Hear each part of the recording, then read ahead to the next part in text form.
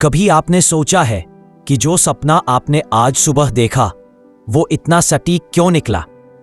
क्यों ऐसा होता है कि रात भर कुछ नहीं दिखता और ठीक सुबह सुबह के समय जब सूरज की पहली किरण धरती को छूती है तभी ऐसे दृश्य आते हैं जो बाद में जीवन की सच्चाई बन जाते हैं? क्या ये सिर्फ संयोग है या फिर कोई अदृश्य विद्या, कोई गूढ़ विज्ञान हमारे स्वप्नों से जुड़ा हुआ है? कभी कभी हम आंखें खोलते हैं और एक सपना हमें झकझोर कर रख देता है। ऐसा लगता है जैसे वो कोई संदेश था आने वाले समय का, किसी अदृश्य शक्ति का। क्या आपने भी ऐसा सपना देखा है जो बाद में बिल्कुल वैसा ही घटित हुआ? मैं आपको एक सच्चा किस्सा सुनाना चाहता हूँ। एक दिन मेरे एक मित्र ने सुबह सुबह मुझे फोन किया, कहने लगा, भाई मैंने आज सुबह एक सपना देखा और दोपहर होते होते बिल्कुल वैसा ही हुआ। पहले मैं हंसा लेकिन फिर मैं रुका क्योंकि मेरे साथ भी ऐसा कई बार हो चुका था। और तब मैंने शुरू की तलाश विद्या और स्वर योग की, और जो राज मुझे पता चला उन्होंने मेरी सोच ही बदल दी। स्वर योग ये कोई साधारण योग विद्या नहीं है।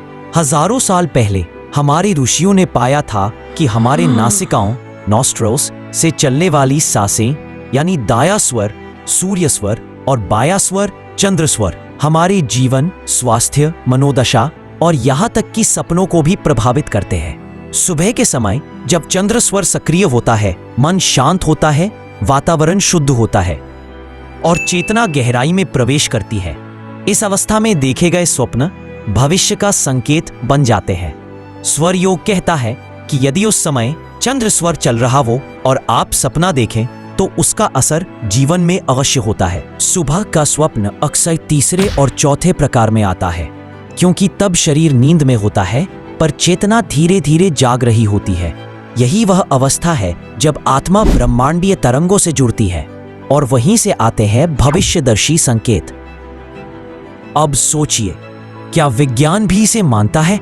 विज्ञान कहता है हमारी नींद के आखिरी हिस्से में REM स्लीप होता है, रैपिड आई मूवमेंट स्लीप, जिसमें दिमाग पूरी तरह सक्रिय होता है। तब हमारे सपने सबसे रंगीन, सबसे स्पष्ट और सबसे यादगार होते हैं।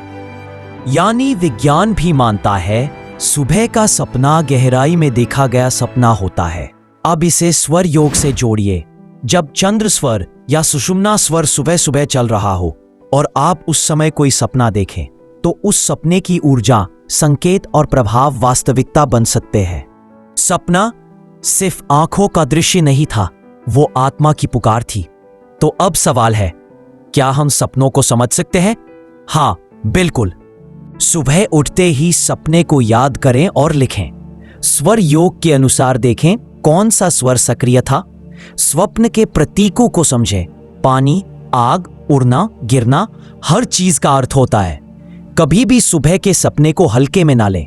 और सबसे जरूरी बात, यदि आप नियमित ध्यान, प्राणायाम और स्वर निरीक्षण करते हैं तो धीरे धीरे आपकी स्वप्न दृष्टि भी गहरी होती जाएगी, समझने में और भी सक्षम हो सकते हैं।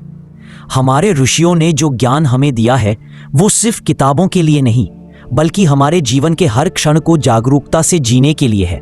स्वप्न को जानिए, स्वर को पहचानिए और स्वयं को पहचानिए। जब भी आप सुबह किसी सपने से जागें, उस पर ध्यान दीजिए।